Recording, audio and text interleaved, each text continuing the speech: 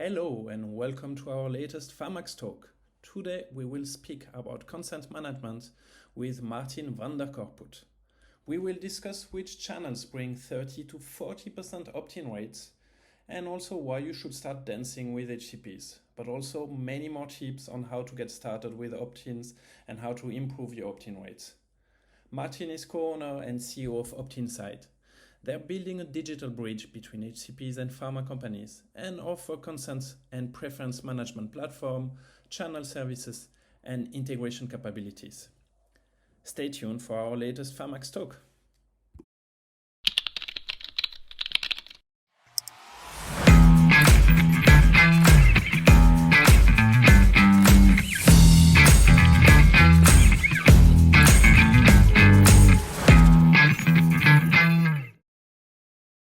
Hi Martijn, welcome. Thank you, David. How are you doing? Yeah, very fine. We are based here in the Netherlands and it's finally good weather, so I'm very happy. Great. Then I won't take too much of your time. The idea of these interviews is to be fast, and like that you'll be able to enjoy the sun afterwards. So let's start directly with one of the burning questions that everybody has on consent collection. What are strategies that you could use to get consents? Yeah, well, that's a good question. It really starts with a right strategy to collect consent. We see a lot of companies struggle with how do I get consent, and one of the parts of the strategy should be that you're not just going to ask plain for consent for an opt-in. We always say you have to think about the value you're going to bring. So step in the mind of the doctor and his therapy area and think about, okay, what should she or he want to know from us, but also what could help him or her to do their daily work better. But also the channel is very important, which you use. And what we always say, part of your channel strategy should be the first time you're going to ask for consent, deploy a channel which has which is personal, so that you have really interaction with the doctor. So these What would be an example of a personal channel? That could be like this we are doing now, but also a phone call works very good. So make each channel that you're going to use very personal, and that you have a personal dialogue also with the doctor. And we see that works very well to collect the initial consent of a doctor. Yeah, but just a point on value before we move forward. I always think about value. What I see a lot of companies are forgetting usually is instant value. So basically they tell you you're going to get newsletter about great things sometime, while best practices usually for consent is getting instant value. So you're going to get this actual value right after you sign up. So you're going to be able to watch this webinar right now, getting this white paper, getting this info right now. So the immediate value is very important. And also what I see very often is company forgetting to actually show the value. They simply say, sign up and you're going to get access to our content. Oh yeah, amazing. What's your content? Or you're going to get our newsletters. Yeah. So showing the value and not only thinking about it, because a lot of companies think, yeah, I have valuable newsletter, they're great, but they don't demonstrate it in the consent collection process. Yeah, and to add on that also, they make it very broad. And that was actually what you're saying. You can have a lot of value, but is it relevant for that specific doctor? And that's the main question you have to ask. Yeah, you can have a lot of content, but why is it relevant to this specific target group? Exactly. And I always, to add on that also, David, I always pronounce that the whole consent collection and management process is also about is a commercial mechanism. And what I mean is that you always it's more about a pull instead of push. And that's also what you say. Don't push your content, but just going to ask first what is relevant and what is really applicable to this doctor, and not push your loads of content and terabytes of white papers to your customer without knowing what he or she really wants. Yeah, one of my colleagues used an analogy which was you don't ask somebody to marry you on the first date. First, you Exactly. get to know the other person and you don't say the same thing to everybody. So you adapt and you try to be yourself, obviously, but share some things about yourself. And if the person falls in love, then you may ask. And that's the point where you need to ask the consent. It's after they've seen some of your content, seen quality, and want to know more, actually. Yeah, sometimes you have to make first a dance because before asking her or him to marry. So let's keep let's keep that in place. Exactly. And that's where for digital, I think we can a lot can be done digitally. So even though, yes, we need to have a look what is GDPR compliant or not, Yeah. but we can use most third-party channels to drive traffic to our website, consent form, Yes. or online event or something like that. And Yeah. there actually use these techniques of dancing, as you say, which would be showing some actual content or promising clearly your value to the customer right after they sign up. So Yeah. examples could be on walled garden websites where you have a part that is accessible for free. That's very often disease information, Yeah. and a part behind the login where you have branded information and other type of things. Yeah. Or simply you have a short version of a video, and then when they sign up, they can have the longer version of the video. These are all techniques that can be used to get consents online. And Yes. from there, you can then use a lot of different channels to bring the traffic to these pages. Yeah. Let's dig deeper into how to get consents. What are Yeah. the channels that you've seen are working for pharma companies to get more of these emails? Yeah. That's a good question. I can share some details from, let's say, 4 channels. The first one, and I take into account now the initial consent, so the first consent of a doctor. The first channel is the phone channel. So that's taking the phone and calling to a doctor with an appealing message, of course. We see there numbers up to 65% across Europe. So that works quite well. The second where we have experience with is social media like LinkedIn. And we see there between 10 and 20%. So So that's all. how does it look like with LinkedIn? Do you reach out via an email, or do you make No, a paid ads campaign? So what do yeah, you see as it's LinkedIn? yeah, exactly. It's a campaign, an ad-driven campaign, or organic, where behind it, it's there is a form with automatically filled in the details, but also to tick the box of consent. But it's usually used by giving a lot of content, providing a lot of content. So the doctor will click, and then he is asked also to process his consent. So you're using the LinkedIn Forms ads to be able to have this Yeah, pre-filled information. that can be, but also we can also directly feed it to a web form of the company. Some companies say, okay, we want to do it directly in the form of our company and not in the LinkedIn form. But besides that, we see between 10 and 20% conversion. Dus the third channel is what we also see is web forms and portals, of course. That reaches up to 60% also. But how do you bring the traffic to the web forms? Because Yeah, I always make the distinction between yeah, a channel and a website. And a website is very nice, but without yeah. channel driving traffic. It's of course driven with advertisements, but also with showing content on forums or on the website.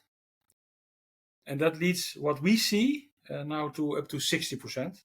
But that's not on average. That's the highest rate we saw.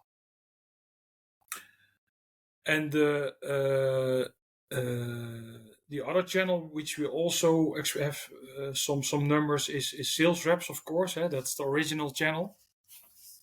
And also we see there between the 30 and 40 percent. Okay, so out of 10 sales reps that go with a piece of paper or with an iPad, 3 of them would come back with a consent. Yeah, between 30 and 30, 40% comes back, and that's lower than I expected. But it has also to do that you have to train the people well. What is the right moment to ask consent? How do you introduce it? And we see that if you speak to pharmaceutical companies, there needs to be a lot of training to train the people how to do that. Yeah.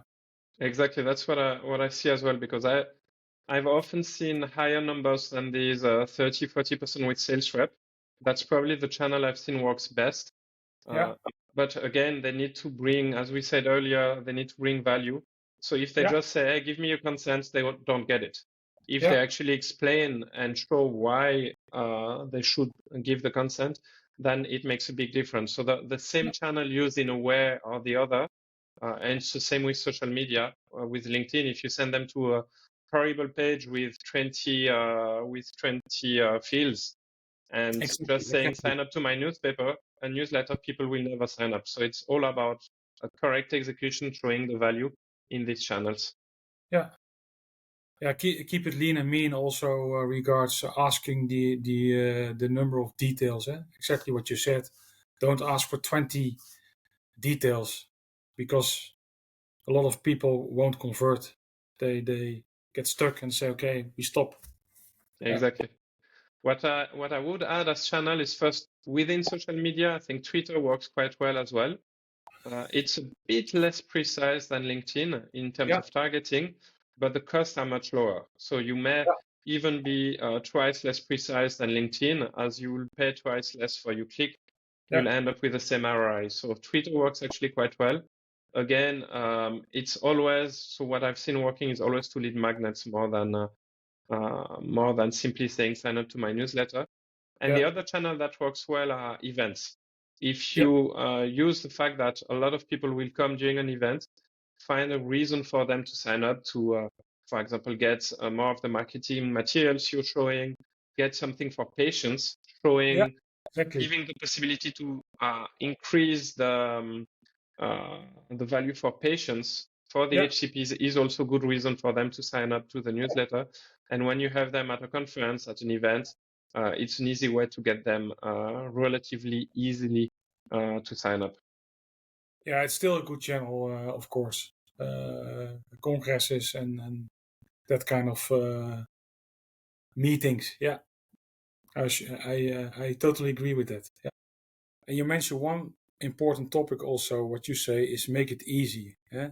What we see if a web form is used or linked from an advertisement to a web form or a portal, just be very keen on what you ask from a doctor. So don't ask like 10 data points, because the conversion ratio will decrease a lot. Just ask name or email address or HCP registration number.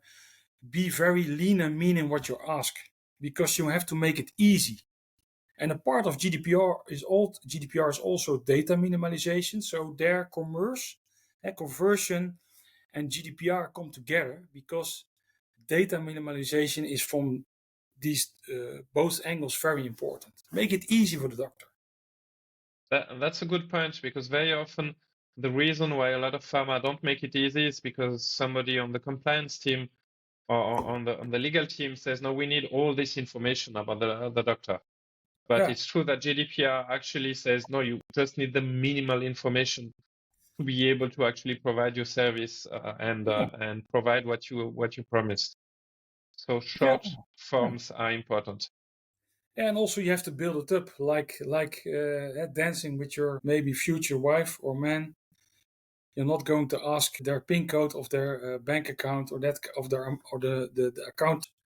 Just build it up. It's very human to do that. Build up the relationship with the doctor, and you can also ask later in a later stadium maybe more data if the doctor wants to share that. But build it up in a certain pace. Exactly. And looking at the future, what do you think will be the biggest challenges, opportunities changes in general over the coming years in this area? Yeah, well, what I see is that of course consent is often is the starting point to start the digital engagement with doctors. Without consent, you can't. And I see still that is a big challenge for a lot of pharmaceuticals. How do I gain consent? Which channels are the best? So that is still and will be very important.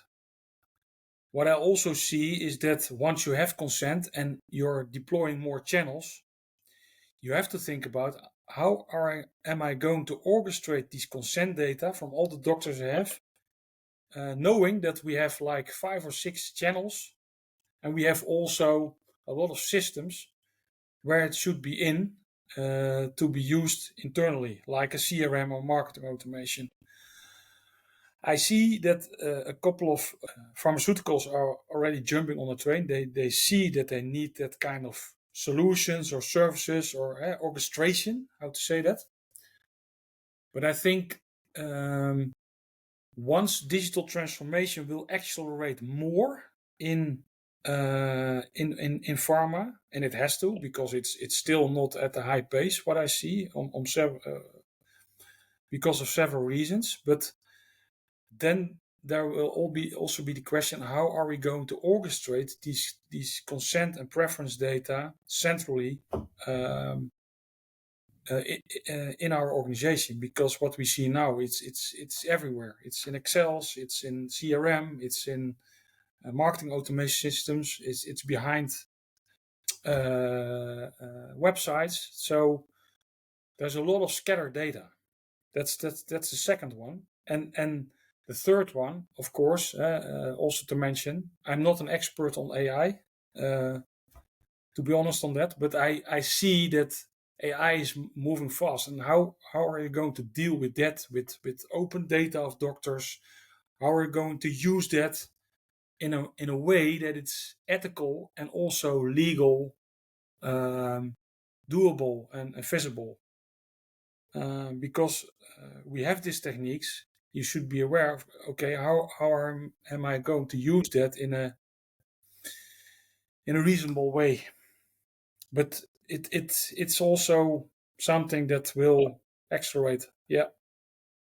Yeah, I would add a fourth one before we close, which is the use of consent for more than sending an email. So far, consent was mostly used to send emails, and nowadays we move to this first-party data world. So basically, we cannot leave cookies on somebody's computer. So we try to have him register for our websites, try to see what he's doing on our website, what he's looking at, what he's consuming, how often he comes, he or she, and over time we try to build a profile, an online profile for our customers and for our audience. And consent is the first step actually to be able to build this online profile, which will then be used website, newsletters, AI, whatever you think. And again, I'm for general consent and going back because I don't even know where it's going to be in 5 years, and I think nobody knows. And yeah, that's the fourth future trend I would see in consent collection. Yeah. What do you see as the biggest challenge, David, for the future? Biggest challenge is use the data, because everybody is about, yeah, we have data, and now we can send emails, or we can do modular things, and we can go towards personalization and all that. But we're still at the stone age where we send bad emails with often bad content, but not always, but at least badly formatted, bad subjects, badly sent over time. So, but we speak about hyper personalization and modularity, but don't do anything close to that yet. So very often I even see emails which are not mobile responsive. So we speak about AI today, but we're not able to do mobile responsive emails. So the biggest challenge will be to actually do the things correctly, step by step, to move towards these nice visions that we have. Yeah. What would be your take on the biggest challenge or difficulty? Regards consent, you mean? What I see is that also a lot of pharmaceuticals struggle with the fact who is actually responsible for consent in the organization. So Yeah. who is in charge? And what I see in our daily practice is that we always have a discussion, and we feed that discussion also. We help them. Okay, what are the responsibilities for whom? Who is accountable for it? And that helps also to orchestrate the flow, to collect it, but also make it actionable. From marketing perspective, commercial perspective, but also from legal requirements. And it sounds silly, but that's also a topic that should be solved in a lot of companies. Who's Yeah. responsible? End to Who's end. responsible and how to actually bring people together? Because Yeah. I've seen teams where very often the omnichannel team is responsible for the consent collection because they are cross departments Yeah. and understand actually the technology and even the use of it. But they need to be enabled after that. And enabled meaning they need to be able to set up teams with people from the medical team, from the sales team, from the marketing team, from the compliance team, who work together from the beginning and not having simply the marketing team, which is what I often see, Omnichannel working with the marketing team and at the end going to compliance, fighting and adding another 10 fields to the sign-up form. Yeah. It needs to be a multidisciplinary team set Exactly. up at the beginning and led by, in the end, it's not even that important who leads it, but the team that leads it needs to have the buy-in of all the other teams. Yeah. You need to you need to have one orchestrator, but from the beginning you have to have privacy team, the IT team, the commercial team at the table to discuss how are we going to deploy this and manage this, and what results do we want. And that's not only a privacy matter, but also a marketing and commercial matter, of course. And then we're ending where we started. It's both compliance, but also commercial. The whole consent topic. It's not a matter of just being compliant or just collecting consent and think, okay, we can send a lot of emails now. It's a balance between them, and that's the reason that you need a multidisciplinary team in place right at the beginning. Great. Then thank you very much, Martijn. It was a pleasure, David. Likewise, and talk to you soon. Yes, thank you very much. Bye.